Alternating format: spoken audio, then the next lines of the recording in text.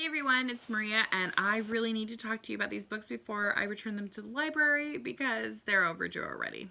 Anyway, story of my life. I have read a lot of short books lately because we have some chaos going on at the house, and this is a great way to still indulge my reading lust and obsession, but also feeling like it's manageable because right now I need manageable. All right.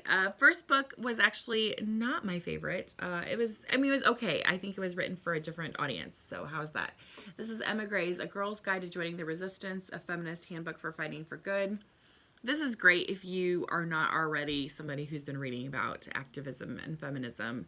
It would be great for probably a middle schooler, maybe a high schooler. It's very short. I didn't really glean much from it. I think it's written very approachably, especially if you're new at it. I just was not the audience for it. So if you've got a little feminist in your life, this might be kind of nice. Next up is That's What She Said. I've showed you this on my last library haul. This is Wise Words from an Influential Woman by Kimothy Joy. And I thought this was really, the art in here is just beautiful. Look at that. I think that one's Maya Angelou. No, Audre Lorde. I can't see upside down. And backwards. Anyway, I loved the artwork in here. Most of the women I'd already heard about, maybe one or two I hadn't, but I really liked looking again at the artwork and seeing some of the quotes. I think I did add maybe one or two people to my list of people to check out biographies on at some point. But it's a nice gift book, especially if you have maybe a feminist graduating again or somebody moving out, because yeah, art. And you could probably, if you were the kind of person who liked to desecrate books, you could also take out the art and frame it because it's really pretty. All right, and now for the ones that I really felt passionate about. Okay, first up, this is What We Lose, a novel by Zinzi Clemens. This was really captivating. I didn't give it 5 stars on Goodreads just because I feel like there are other books that have done similar things, maybe better. But I thought it was a really good book regardless of that. This is written by a South African, I think she might have been born there. Raised in Philadelphia. Yeah, okay. But her mom is from South Africa and her dad is white. So she has the same perspective as her novel's protagonist. It is told in first person. It is about a woman who is going through a lot of changes in her life, not only becoming a mom, but also losing her mom. Some of the things that stuck out in here to me were especially about how when you lose somebody, you still talk to them, you still kind of make up a different existence for them that travels with you. I recently went to a cemetery to visit my grandma, and I still talk to her all the time. I thought that was very well described when she was going on and on about that. No, you can do it in the other room. Also in here, I really liked that they're short chapter breaks because if you are in the middle of a lot going on, it's nice to be able to pick up something that you can do 1 or 2 pages here and there, or a big chunk of time if you have the effort. As you can see, I did mark a few of these things and I'll write down some of the quotes before I return the book, but this is a good one. Next is the second in one that we're halfway through. Well, maybe a third of the way through. We listened to the first one on audio. This is the Edge of Extinction series by Lauren Martin. It's a duo, and I really enjoyed this more than I expected to. It's a middle grade. It's sort of like Jurassic Park meets YA apocalyptic fiction, or middle grade. There is some violence in here, so if that's a thing for you. The premise behind this is humans have gone underground because they brought the dinosaurs back and were afraid of becoming completely annihilated. So in the first one, which is Edge of Extinction, the Ark Covenant, I think, or the Ark Plan, this is codename Flood.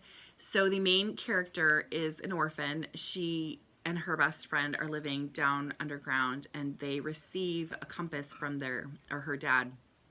She's had a compass, but it opens up and there's a note inside. And because of the note, she and her friend have to figure out what to do with this. Should she go topside? Obviously, there's a second book. She does go topside. But they're trying to figure out why she needs to, what's going on. Is there some conspiracy behind the government that is running the underground area? What I really appreciate about it, and especially if you have kids and you want to talk about writing, is the world building, because Laura Martin has to kind of build two different worlds. The topside world where there are dinosaurs living and roaming free, and it's actually based in Midwest America, I think. So yeah, what is? So that was really cool because we live in Midwestern America, and we can kind of talk about how it's different. And also there's the underground world, and the people that they meet in between both have different languages, words for things, different understandings of the world, different values. So I really liked that they talked about that. Yeah, Edge of Extinction, great on audio, especially if you have car trips coming up and you don't want to be bored to tears. And then the last one that I want to show you is A Perilous Path, Talking Race, Inequality, and the Law. This is by Sherilyn Ifill, Loretta Lynch, Brian Stevenson, and Anthony C. Thompson. Sorry about the noise. My kids decided to be all noisy when they were outside earlier. This is a great little book. Basically, these four people who are very big in the race relations conversation in the United States had a conversation and decided that it was important enough that they wanted to share with other people.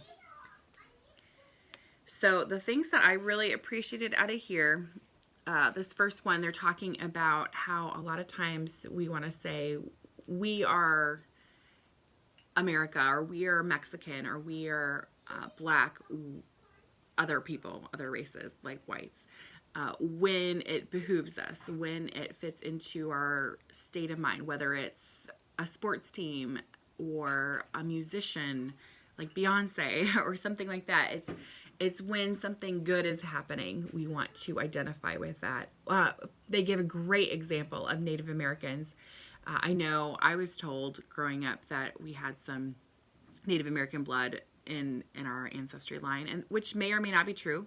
I know my husband's family also has that in the genealogy album, which I know his side was probably, they're both documented well, but it does give me pause because, yeah, how many times have white people said, oh, I'm this much this, to identify with it, but not really owning the struggle that goes with that particular race. And I really like that they talked about that, because in here, how many times have we said that? But the argument here is, instead of just saying, oh, we're this, when that race is facing a struggle, whether it's Black Lives Matter or the pipeline with the Native Americans, that's when we should stand up and say, no, we are this, regardless of if we are or not.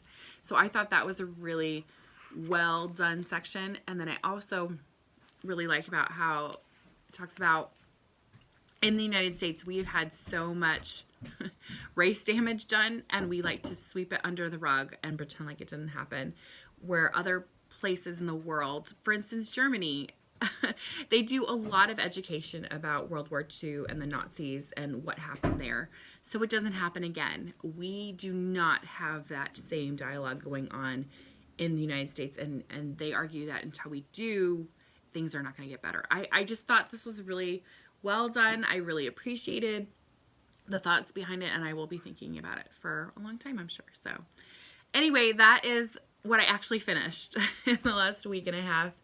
I would like to know if you have any thoughts on some of these, if you have any other short books that really get you through chaotic times. I actually am excited about doing a video coming up about, I picked up authors that I've been wanting to read more of, and I tried to find shorter books so I can get more of that done, because I need some book love in my life. I will talk to you all later. Bye.